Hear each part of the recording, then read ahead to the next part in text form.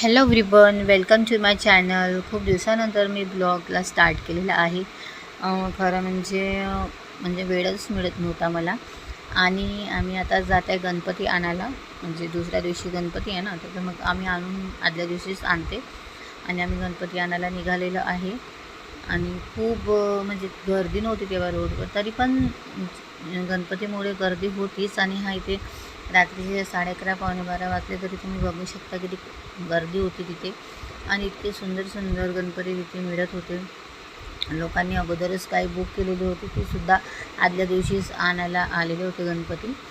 आणि तुम्ही बघू शकता की ते खूप सुंदर सुंदर, आणि जो ब्लू कलरचा होता गणपती तो खूप सुंदर होता. आणि आम्ही हा सुद्धा बघा तुम्ही, खूप सुंदर आहे.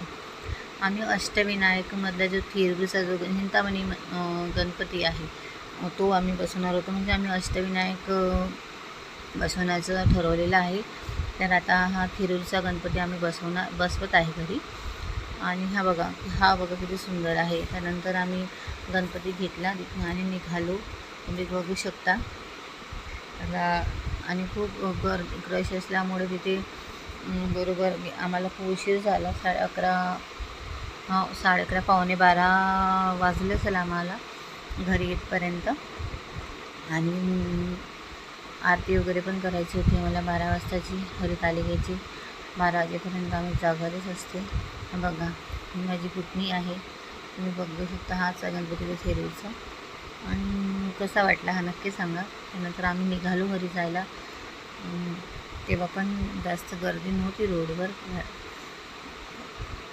बघू शकता. त्यानंतर आम्ही घरी पोचलो.